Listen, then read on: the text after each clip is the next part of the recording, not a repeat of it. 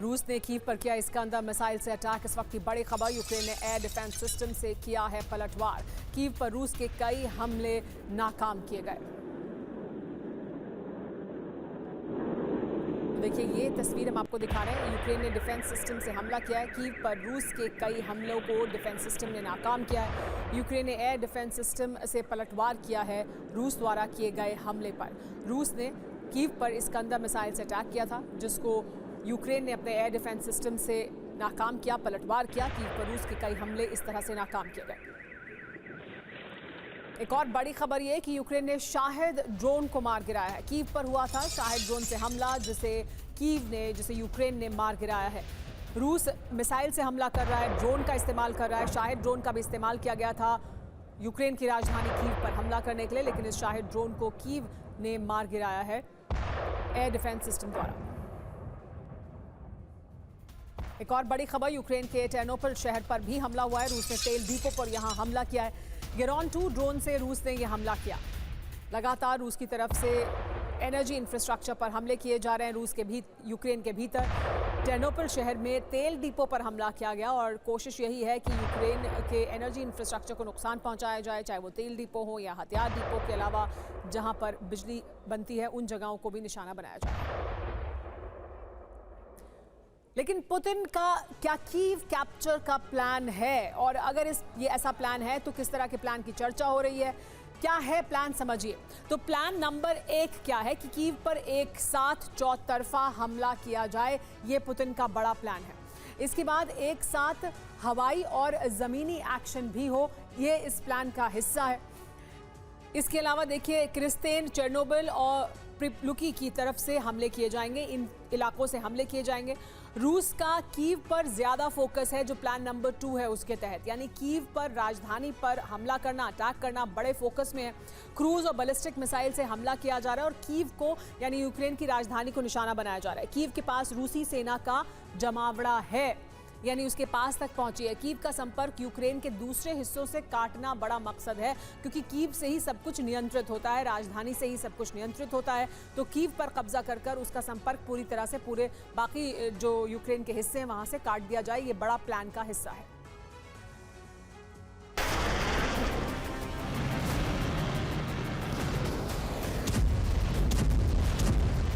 Ukraine ने रूस में जो हमले किए हैं वो उसके प्रतिशोध की पहली किश्त मानी जा रही है। रक्षा विशेषज्ञों के मुताबिक ये तो सिर्फ ट्रेलर भर है। विनाश की भयावह पिक्चर तो अब रिलीज होने वाली है। रूसी सेना यूक्रेन पर अकल्पनीय हमला करने वाली है। इसकी आशंका तब और बढ़ गई जब पुतिन ने ट्रंप से साफ साफ कह दिया कि वो बातचीत नहीं करेंगे। ऑपरेशन स्पाइडर वेब का बदला हर हाल में लेंगे।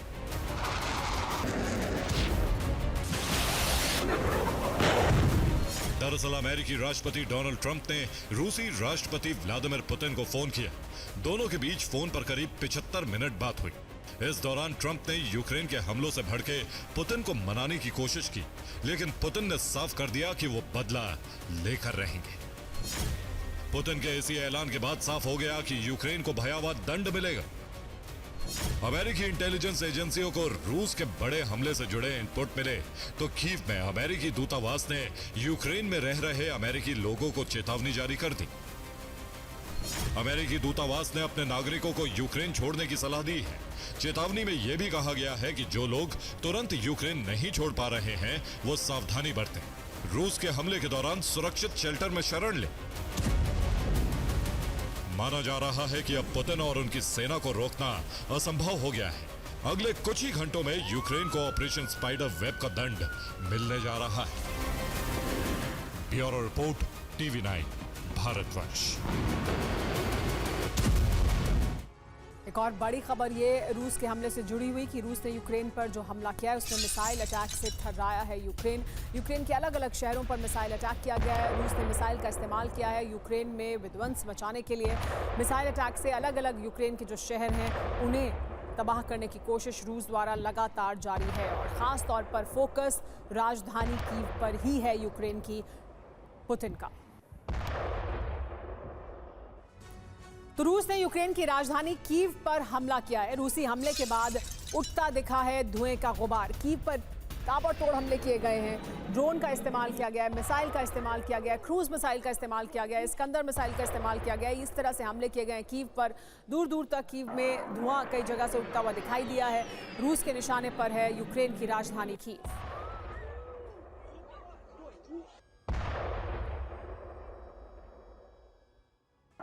रूस ने यूक्रेन पर क्रूज मिसाइलों से हमला किया। रूस के हमले से यूक्रेन में भारी तबाही हुई है। देखिए किस तरह से रूस ने यूक्रेन की राजधानी पर हमला करने के लिए अपने ताकतवर हथियारों का इस्तेमाल किया है, क्रूज मिसाइल का इस्तेमाल किया है, उसके जरिए हमला किया गया है कीव पर। और रूस ने यूक्रेन के अलग अलग शहरों पर इन क्रूज मिसाइलों से हमला कर कर तबाही लाई है इस वक्त यूक्रेन में।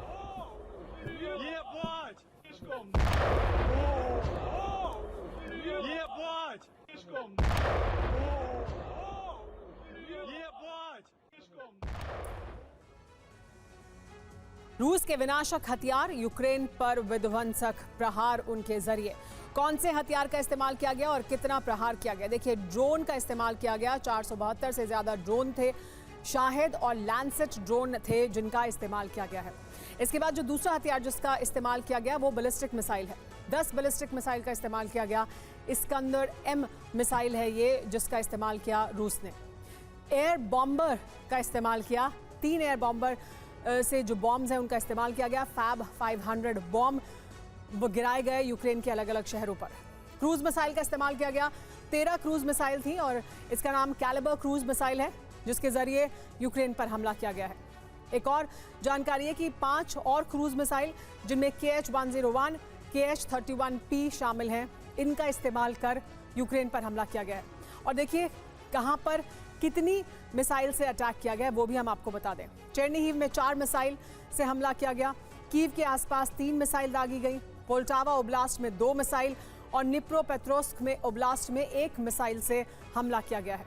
अमेरिका, यूरोप समेत लेकिन कई देशों की सहानुभूति शुरुआत से यूक्रेन के साथ रही है। यही वजह है कि नेटो देश यूक्रेन के पक्ष में है। लेकिन अब दुनिया के सामने यूक्रेन के विनाश की नई थ्योरी जारी कर दी गई है। पुतिन ने रूस में हुए हमलों का हवाला देते हुए ज़ेलेंस्की सरकार को आतंकी सरकार करार दे दिया है। यानी अब यूक्रेन में रूस का सैन्य ऑपरेशन एक आतंकी देश के खिलाफ का ऑपरेशन कहा जाएगा। आतंक के अंत के नाम पर ही पुतिन विध्वंसक हथियारों का इस्तेमाल कर सकते हैं और ये एटमी वॉरहेड भी हो सकता है।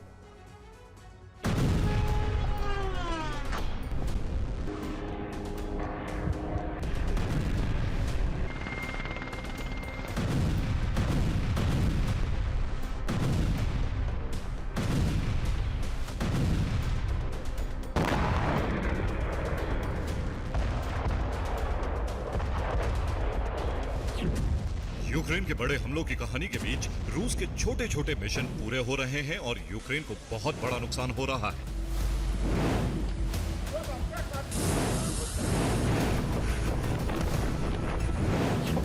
यूक्रेन ने भले ही पुतिन को बड़े शौक दिए हैं,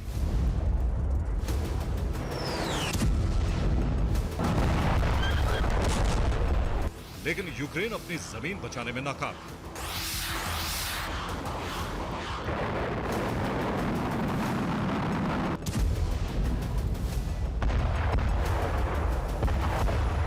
हर नए दिन के साथ पुतिन की सेना नए इलाकों पर झंडे लहरा रही है और यूक्रेनी सेना पीछे हट रही है।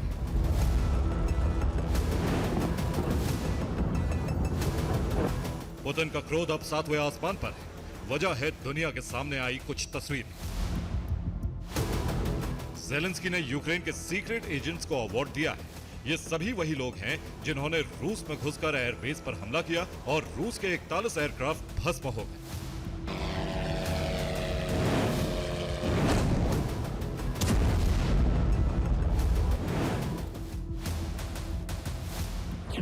ये सभी सीक्रेट एजेंट हैं, इसलिए वीडियो में इनके चेहरे को नहीं दिखाया गया है। ज़ेलेंस्की ने वीडियो से यूक्रेन की कामयाबी दिखाई।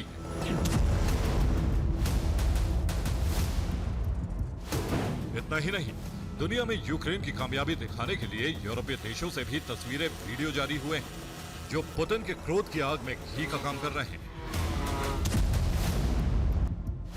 यूक्रेनी खुफिया एजेंसी ने उस ट्रक का वीडियो भी जारी कर दिया जिसमें ड्रोन लोड थे और जिस ट्रक के जरिए रूस के एयरबेस पर हमले। यूक्रेन अपनी कामयाबी और रूस को नीचा दिखाने के लिए कई वीडियो जारी कर चुका है। यूक्रेन इस वीडियो से पूरी दुनिया को दिखा रहा है कि कैसे रूस के भारी भरकम बॉम्बर और टोही विमानों को जलाया है। यूक्रेन के ऐसे वीडियो पुतिन के क्रोध को भड़का रहे हैं। यूक्रेन दुनिया के सामने रूस को नाकाम दिखा रहा है। यूक्रेन इसे युद्ध में बड़ी जीत के तौर पर पेश कर रहा है। इसी तरह से कई सैटेलाइट तस्वीरें भी रूस की साख पर सवाल उठा रही हैं। यूरोप के सैटेलाइट और यूक्रेन खुफिया एजेंसी के पास मौजूद तस्वीरों के सामने आने के बाद माना जा रहा है कि पुतिन इन सभी तस्वीरों और वीडियो का जवाब जरूर देंगे। अब डर है कि यूक्रेन से आने वाला वीडियो कितना विध्वंसक होगा। जैसे यूक्रेन ने ऐतिहासिक हमला किया, क्या रूस भी नया इतिहास रचेगा? माना जा रहा है कि यूक्रेन में परमाणु हथियारों का इस्तेमाल हो सकता है। यूक्रेन पर घातक मिसाइलों से हमला हो सकता है। एयरबेस दहन का बदला लेने के लिए रूस अपनी पूरी ताकत झोंक देगा। फिलहाल यूक्रेन से उसकी जमीन छीनने का अभियान तेज है। सूमी में रूसी सेना के आगे यूक्रेन की फौज लाचार बनी हुई। रूस की सेना बेहद तेज रफ्तार से आगे बढ़ रही।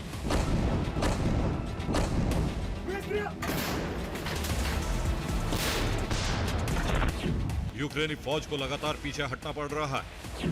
कुर्स्क की तरफ से रूसी बैकअप फोर्स भी सूमी में घुस चुकी।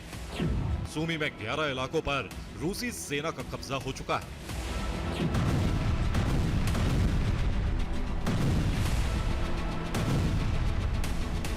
ऐसी ही हालत डोनेस्क में भी है। डोनेस्क में तमाम कोशिश के बाद रूसी सेना को रोक पाना नामुमकिन लग रहा है।